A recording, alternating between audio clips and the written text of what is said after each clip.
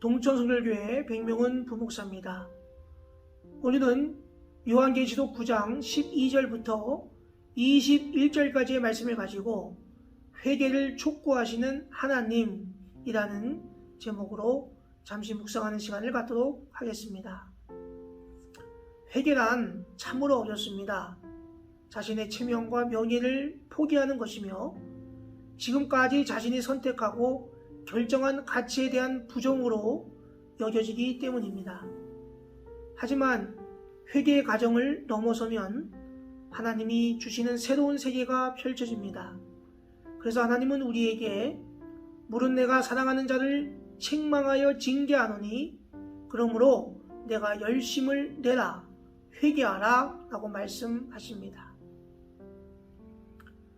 여섯째 나팔이 불자 하나님 앞 금제단 넷불에서 한 음성이 났습니다. 그것은 여섯째 천사에게 큰 강 유브라데에 결박한 네 천사를 놓아주라는 내용이었습니다. 유브라데 강은 하나님께서 이스라엘에게 정해 주신 북동쪽 경계로서 그 위로는 항상 대적들이 있었고 이 강에 결박되어 있던 네 천사는 악한 세력을 지칭하는 상징으로 사용되고 있습니다. 그런데 이들은 정해진 연, 월, 일, 시에 사람의 3분의 1을 죽이기 위하여 예비된 자들이었습니다. 이것은 하나님께서 심판의 때까지 정확히 가지고 계심을 보여줍니다. 이렇게 해서 마병대의 리더인 레 천사가 놓이게 되자 마병대가 결집했는데 그 숫자는 2만만 곧 2억이나 되었습니다.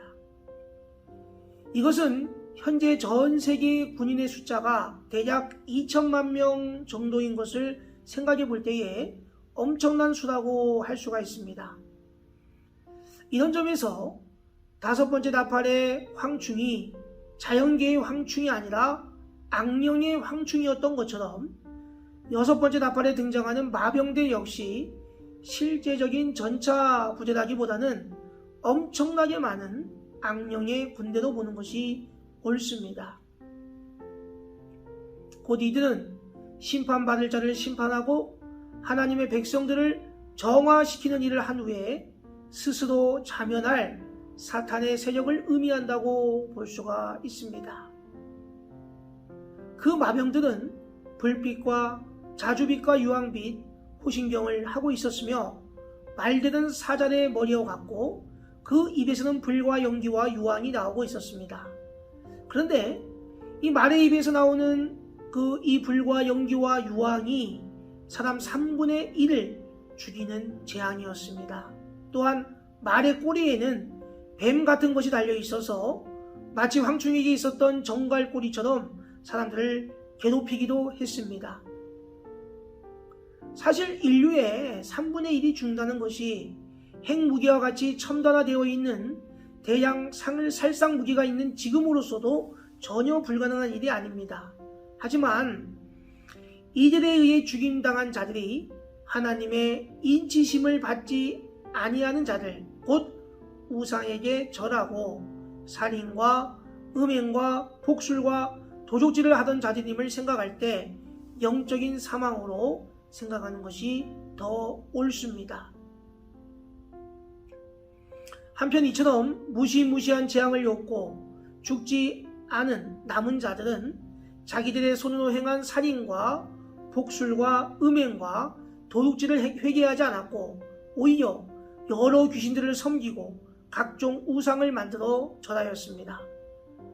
이 같은 모습에서 우리는 완악한 인간이 재앙을 통해서는 결코 회개하지 않는다는 사실을 분명히 알게 됩니다. 단순히 우리의 죄를 고백하는 것으로 끝나는 회개가 아니라 하나님의 사죄의 은혜를 경험해야 합니다.